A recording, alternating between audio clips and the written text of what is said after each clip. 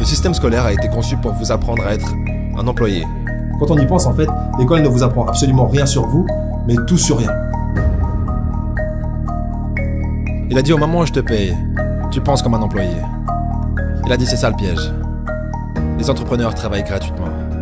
Donc la différence fondamentale entre un employé et un entrepreneur, c'est que l'employé a une mentalité d'individualiste, alors que l'entrepreneur a une mentalité collective. Si vous êtes pauvre, vous serez toujours pauvre. C'est transmis génétiquement. C'est ça la chose effrayante.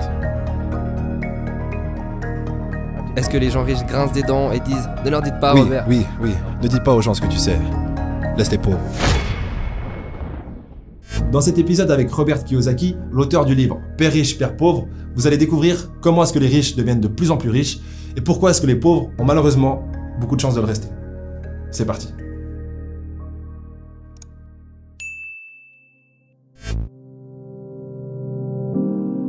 Donc j'étais à Hawaï, j'avais 9 ans. Mon père était directeur pédagogique, vous savez, avec un doctorat. Un homme très intelligent, un mec bien. Et pour une certaine raison, nous avons déménagé de l'autre côté de la ville. Et j'ai été dans une école avec des enfants riches. Quand soudainement, j'ai réalisé que j'étais pauvre parce que c'est relatif. Vous savez, comme Einstein l'a dit, tout est relatif. Et donc je me souviens lever la main quand j'avais 9 ans, en parlant à ma professeure de CM1. J'ai dit, quand est-ce qu'on va apprendre des choses sur l'argent? Elle a dit, on n'enseigne pas l'argent à l'école. J'ai dit, pourquoi pas? Et elle ne pouvait pas me répondre. Elle est devenue très frustrée. Elle a dit, assieds-toi, prends ta place. Parce que le système scolaire ne vous apprendra jamais rien à propos de l'argent. Le système scolaire a été conçu pour vous apprendre à être un employé. Ce qui est important, ou un docteur, ou un avocat, un spécialiste. Mais jamais des choses au sujet de l'argent. Et ensuite, je suis devenu curieux. J'ai dit, pourquoi est-ce qu'on n'apprend rien sur l'argent? Elle a dit, va demander à ton père, c'est mon patron. Mon père était le directeur pédagogique. Je rentre à la maison et je lui demande, donc pourquoi est-ce qu'on n'apprend rien sur l'argent à l'école? Et il m'a regardé et il m'a dit, parce que le gouvernement ne nous laisse pas enseigner cette matière. Le gouvernement nous dit ce que nous pouvons enseigner et ce que nous ne pouvons pas enseigner. Si tu veux apprendre des choses sur l'argent, pourquoi est-ce que tu ne vas pas demander au père de ton meilleur ami des choses à ce sujet? Parce que le père de Mike est un entrepreneur. Et j'ai dit, qu'est-ce que tu es toi? Il a dit, je suis un employé. Je suis un employé du gouvernement. Il a dit, la différence, c'est qu'un entrepreneur doit connaître l'argent. Ou alors, il n'est plus entrepreneur. Et il a dit, un employé n'a rien à connaître sur l'argent. Parce que le gouvernement s'en occupera et l'entreprise s'en occupera. Donc, ça a été la fin de mes années d'école, parce que je comprenais ce qu'est un faux professeur. Un faux professeur est quelqu'un qui veut juste un travail. Et ils enseigneraient n'importe quoi. Vous savez, ils enseigneraient comment cirer des chaussures si vous les payez plus. Mais ils ne savent pas vraiment ce qu'ils enseignent. Et dans la vie, l'une des choses que je suggère aux gens, vous devez trouver un vrai professeur plutôt qu'un faux professeur. Et un faux professeur, c'est quelqu'un qui ne fait pas ce qu'il enseigne. Et un vrai professeur fait ce qu'il enseigne tous les jours. Donc mon comptable, mon avocat sont là-dedans tous les jours. Et c'est comme ça que j'ai appris, parce que chaque jour je résous des problèmes dans mon business. Deux choses importantes que l'école ne vous apprend pas. La première, Robert Kiyosaki vient de le dire, on ne vous apprend rien sur l'argent. Et le peu qu'on vous apprend en réalité, c'est des choses qui sont totalement fausses. En tout cas qui portent à confusion. On vous dit qu'un actif, ça peut être votre maison, si vous l'avez acheté. Mais en vrai, si vous achetez une maison, vous remboursez une dette, vous payez des intérêts et vous payez des assurances. Donc tous les mois, de l'argent sort de votre poche. Et selon le concept du livre « Père riche, Père pauvre », un actif, c'est quelque chose qui met de l'argent dans votre poche. Et un passif, c'est quelque chose qui prend de l'argent dans votre poche. Donc ça veut dire que si vous achetez une maison mais que vous payez des intérêts tous les mois, c'est un passif. Donc j'imagine que pour la plupart d'entre vous, votre seul, entre guillemets, actif, c'est votre salaire.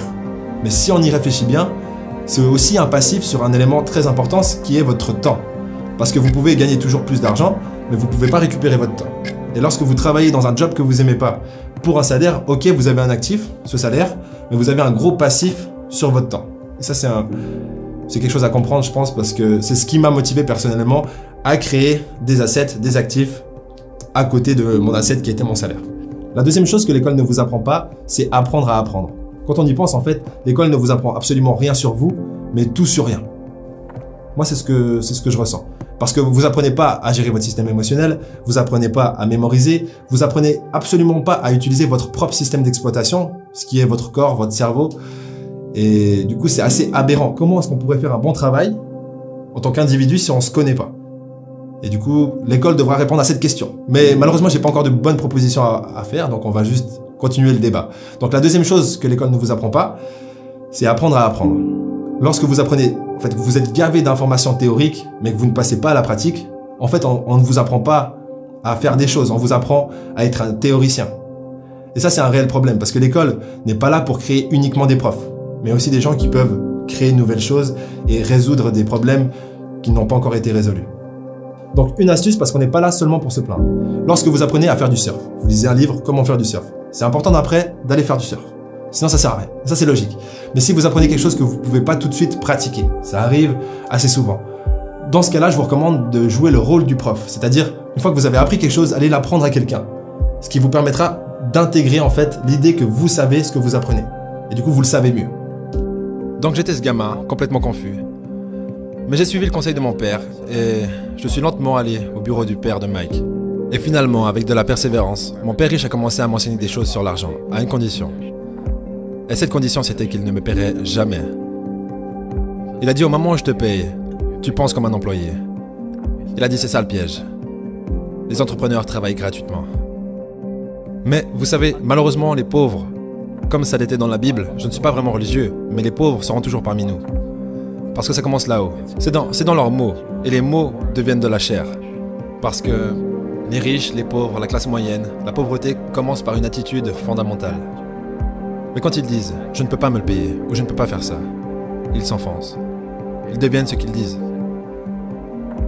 Les gens pauvres disent « je ne peux pas me le payer, je ne peux pas faire ça, je n'ai pas le temps ». Parce que c'est une échappatoire. C'est une échappatoire. Vous voyez ce que je veux dire? C'est plus facile de dire « je ne peux pas me le payer » ou « je suis trop fatigué, je ne peux pas aller à la salle ». Quand vous savez que vous pouvez aller à la salle. Mais non, je ne peux pas. C'est vrai. Et votre père riche disait quoi? Au lieu de « je ne peux pas me le payer ». Comment est-ce que je pourrais me le permettre? Comment je peux faire ça? Vous savez, qu'est-ce que ça demanderait? Ou pourquoi est-ce que je devrais faire ça? Il dit, une question ouvre l'esprit. Une affirmation ferme l'esprit. Donc vous voyez, quand vous dites « je ne peux pas me le permettre », votre esprit se ferme. Et vous devenez ce que vous dites. Vous savez, les gens disent « eh bien l'argent n'est pas vraiment important pour moi ». Alors, si l'argent n'est pas important pour vous, l'argent n'est pas important pour vous. Je veux dire, tu vois ce que je veux dire? Je m'en fiche de l'argent. L'argent s'en fiche de toi. Vous savez, les mots deviennent de la chair. Oh, je ne serai jamais riche. Ou le préféré, les riches sont égoïstes. Ce sont les pauvres qui sont égoïstes. Si vous y pensez. Parce que pour être riche, vous devez donner quelque chose. Je dois produire des livres ou des jeux. J'achète des biens immobiliers, je fournis des logements. Je crée des emplois et tout ça. C'est pour ça que je suis riche. Mais les gens égoïstes ne produisent rien. Oh non, ce sont les riches qui sont égoïstes. La pauvreté est transmise. Elle est enseignée dans les familles. Et la classe moyenne est enseignée dans les familles. Et donc, les gens là maintenant, qui sont assis à la maison, qui luttent financièrement et sont inquiets à propos de l'argent, ou juste malheureux, ils gagnent peut-être beaucoup d'argent mais sont juste malheureux de faire ce qu'ils font. Ça vous a probablement été enseigné. Vous savez, votre ego a été éduqué. Trouvez un travail, travaillez dur, ou vous ne serez jamais riche, ou les riches sont méchants, ou peu importe. Et avant que vous changiez votre état d'esprit, l'argent ne vous aidera pas. C'est juste. Et on voit ça avec les gens qui gagnent à la loterie. Les gens qui gagnent plus d'argent, ils ont toujours les mêmes problèmes. Ouais. Parce qu'ils ont cette âme d'homme pauvre. Exact. Si vous êtes pauvre, vous serez toujours pauvre. C'est vraiment difficile pour les gens de le comprendre. Oui, l'argent disparaîtra aussi vite que ça. Juste comme la plupart des athlètes professionnels, vous savez, ils gagnent des millions de dollars. Et quoi, 65% d'entre eux sont en faillite 5 ans plus tard. C'est parce qu'ils viennent de familles pauvres.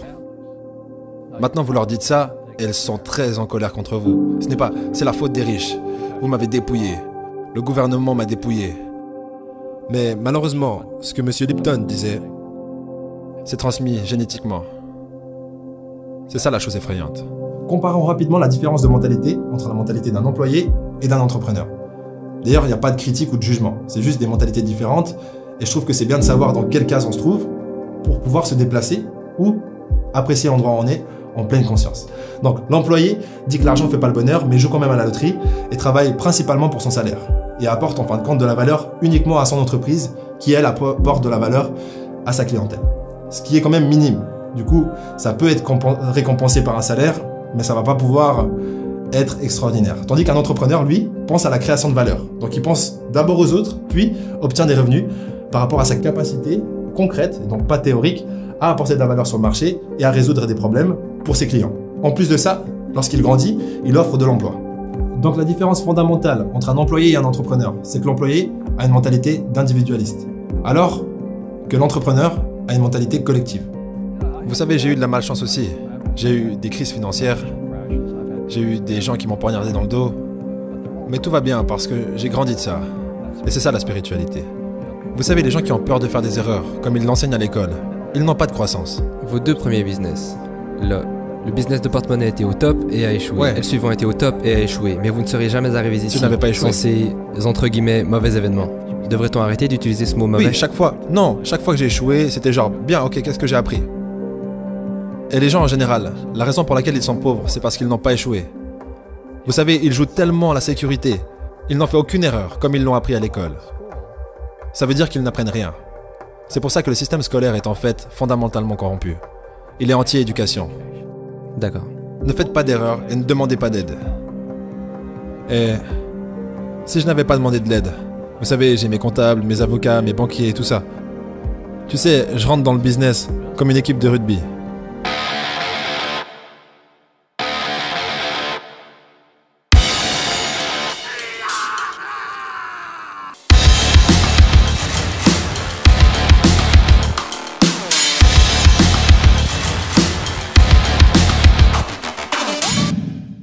C'est boum boum.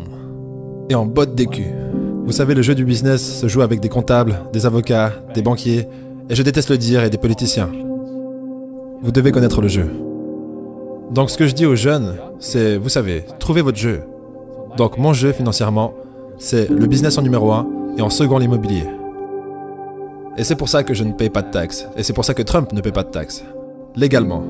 C'est une combinaison de business et d'immobilier qui nous donne un avantage injuste sur les employés.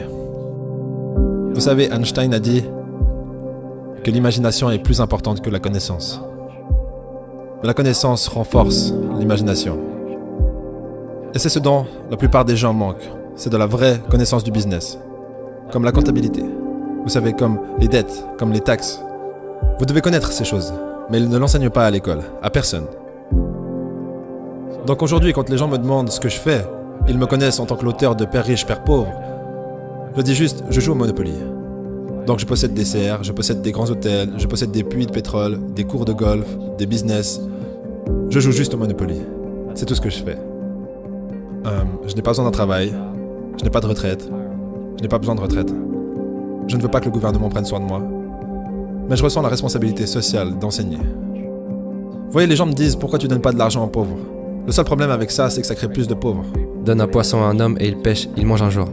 Ouais, vous donnez un poisson à un homme, et vous avez beaucoup de gens qui veulent plus de poissons. Mais vous leur apprenez à pêcher.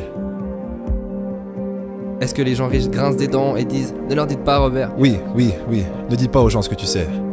Laisse les pauvres. On va tout de suite voir ensemble les étapes d'employé à millionnaire, voire milliardaire. Mais avant ça, je vous propose le livre de Robert Kiyosaki, Le cadran du cash flow. Pour ceux qui n'ont pas encore lu Père riche, Père pauvre, je vous conseille d'abord Père riche, Père pauvre. Ça crée une bonne fondation pour ensuite passer au deuxième livre qui est Le cadran du cash flow. Les deux liens sont dans la description. Si vous n'avez pas encore de compte Audible, le premier livre audio est gratuit. C'est vraiment deux livres que j'ai lus, enfin que j'ai écoutés plutôt, et que je vous recommande pleinement. Surtout si vous voulez vous lancer sur votre quête d'indépendance financière. Du coup, comment passer d'employé à multimillionnaire en quelques mots? Là, c'est juste le schéma. Je vous invite à faire plus de recherches. D'ailleurs, on va traiter le sujet plus en détail à l'occasion. Mais en quelques mots, vous êtes employé. Numéro 1, il faut avoir le courage d'investir le peu de ressources que vous avez, donc le peu de temps que vous avez en dehors des heures du travail et votre salaire pour vous lancer dans une idée business. Il faut échouer. 1, 2, 3, 4, 5, 6, 7, 10 fois pour ma part. Et lorsque vous trouvez une idée qui fonctionne, là il va falloir automatiser votre façon d'offrir le service ou le produit et de recevoir l'argent en retour. Soit vous automatisez informatiquement, soit vous déléguez à d'autres êtres humains qui peuvent faire votre travail à votre place aussi bien que vous. D'ailleurs ça c'est un challenge, peu importe. L'étape suivante, c'est de créer une autre source de revenus avec les bénéfices de la première source de revenus, pour ne pas payer d'impôts sur vos sources de revenus et sur vos bénéfices surtout en fait.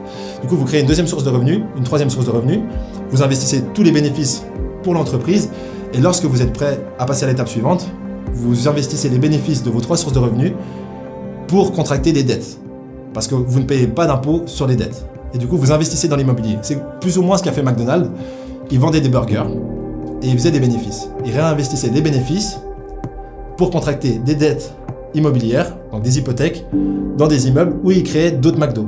Donc dans tous les McDo où vous allez, l'immeuble appartient au McDonald's en question. Ce qui a permis justement de diminuer la quantité de charges et de taxes qu'ils auraient dû normalement payer et d'augmenter la croissance de l'entreprise McDonald's.